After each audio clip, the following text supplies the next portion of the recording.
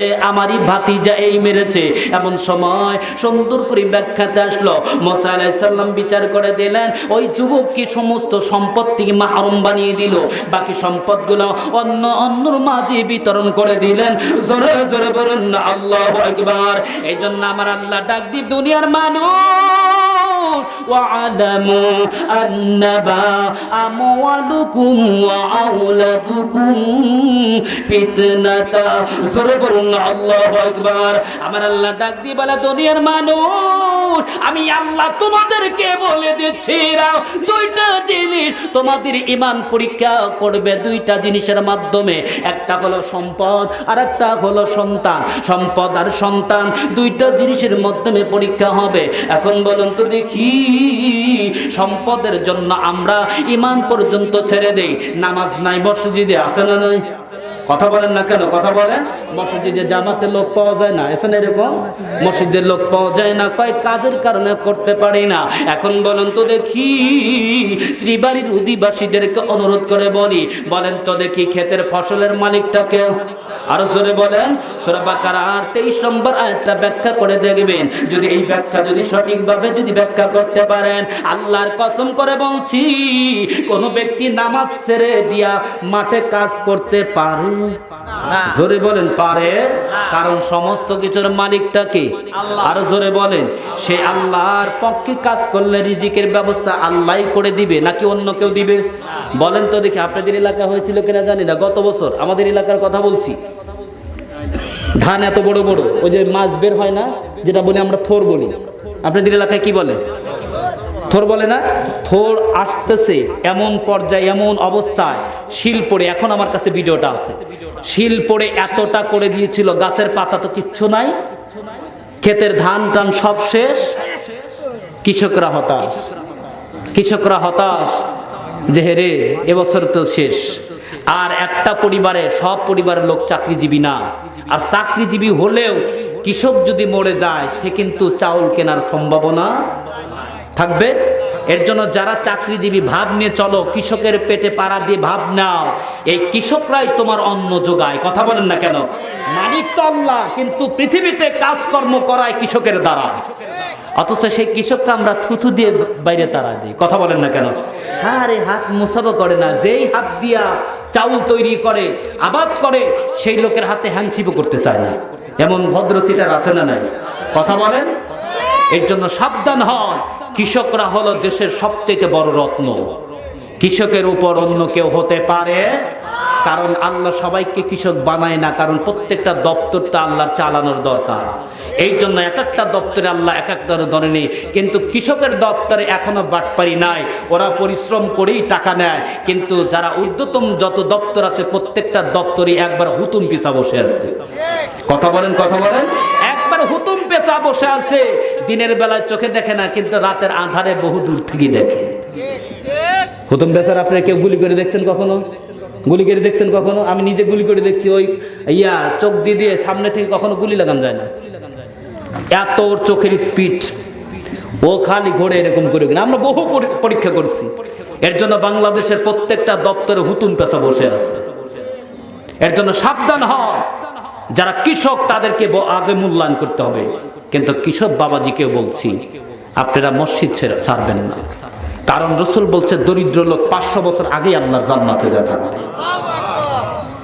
তাহলে সুবিধা না? বলেন তো দেখি। 500 বছর মানেটা কি বলেন? 500 বছর মানে কি?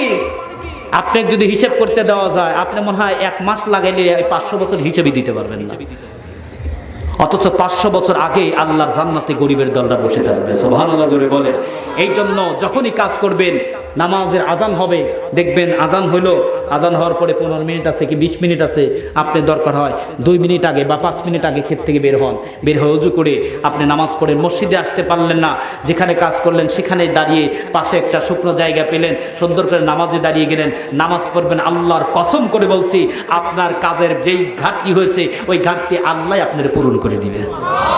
আবার এক শ্রেণীর গৃহস্থরা আছে, কামলা নিলে কয় আমার নামাজ মারাইতেছে, শালা কি কামলা দিছি রে, কয় নামাজেই আমার 5 ওয়াক্তের কাম শেষ করে ফেলেছে। ও ভাই সাবধান হন, কারণ যারা নামাজি তাদের কাজকর্মের বরকত দেয় কে? জোরে বলেন। এই জন্য সাবধান। সবাইকে বলবো আমরা নামাজমুখী হই। আমরা কি মুখী হব? আমাকে রমজানের বিষয় নিয়ে কথা বলা হয়েছে, বলছি একটু রমজানের বিষয়ে কথা বলেন। এই যে রমজানের রোজা আসতেছে, ও যুবক ভাই, বৃদ্ধা বাবাজি যারাই আছেন, একটু হাত তুলে একবার অন্তর থেকে নিয়ত করবেন, রমজানের রোজা আমরা ছেড়ে দেবো না ইনশাল্লাহ। কেউ একেবারে সঠিকভাবে খালিস নিয়তে তওবা করেন। আমরা যা করেছি, আল্লাহ আমার সঙ্গে সবাই বলেন, হে আল্লাহ, আমরা অতীতে যে রমজানগুলো ছেড়ে দিয়েছি, তোমার কাছে তওবা করছি, সামনের রমজানে একটা রোজাও আমি দ্বিতীয়বারের জন্য ছেড়ে দিব না। আল্লাহ কবুল করো। সকলে বলুন আমিন। তওবা মানে কি জানেন? তওবা তো এই যে ইয়া আইয়ুহাল্লাযীনা আমানু তুবু ইলাল্লাহি তাওবাতান নাসুহা। আমরা এই নাসুহা শব্দ জানি না, এই নাসুহার ব্যাখ্যা দিতে পারি না। নাসুহা কি খালি ওই গুনাহ করবার তওবা করবে, এটার নাম নাসুহা? নাসুহা হলো সেইটা আপনি গুনাহ করেছেন, ধরেন এই উদাহরণ দিই, এনে কয় হাজার টাকা আছে, এই ৩,০০০ টাকা আমি গোপনে ধরেন নিলাম, কথা বুঝেন? তাহলে আমি কি করলাম? চুরি করলাম, কথা বুঝেন? আমি কিন্তু অলরেডি চোর হয়ে গেলাম, নাকি বলেন? হ্যাঁ, এইটা নেওয়ার পরে আমার ভিতরে অন্তরে জাগৃত হলো, কেন আমি তো অন্যায় করে ফেললাম। যদি ওই ব্যক্তিটা আল্লাহর কাছে বলে, মালিক এই টাকাটা যেখান থেকে নিব ফিরে দিব, দেওয়ার পরে মালিককে বলবো, আল্লাহ চুরি তো করছি, জীবনে দ্বিতীয়বার আমার মরণের আগ পর্যন্ত আর আমি কোনোদিন চুরি করব না।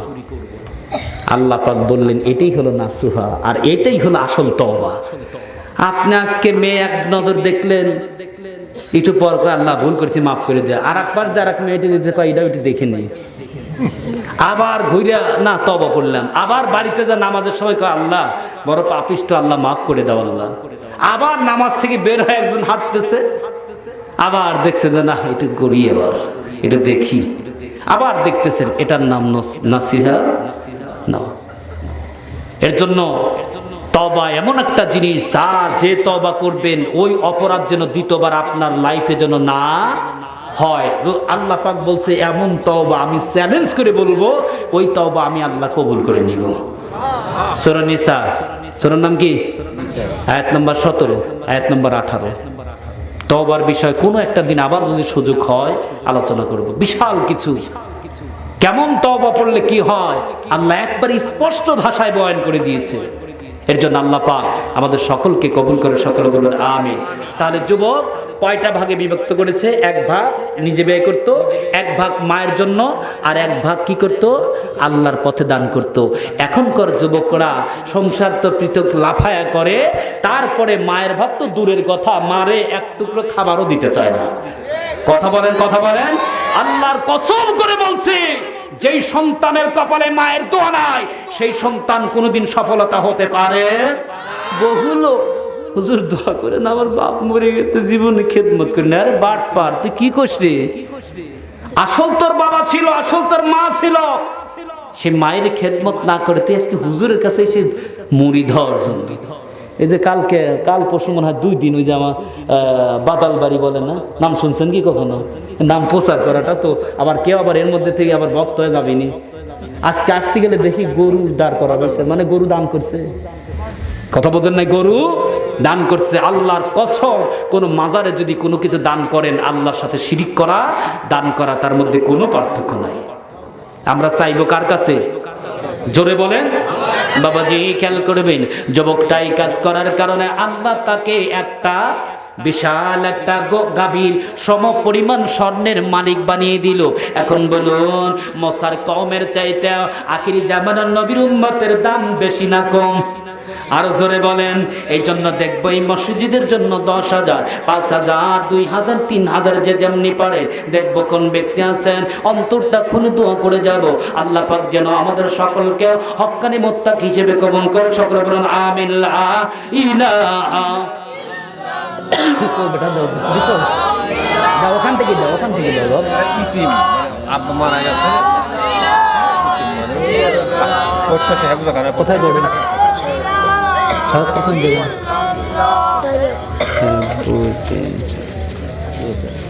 তোমাকে টাকা দিচ্ছে কে তাহলে?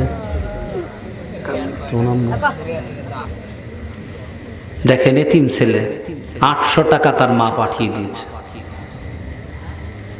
কয় টাকা দিছে? 800 টাকা।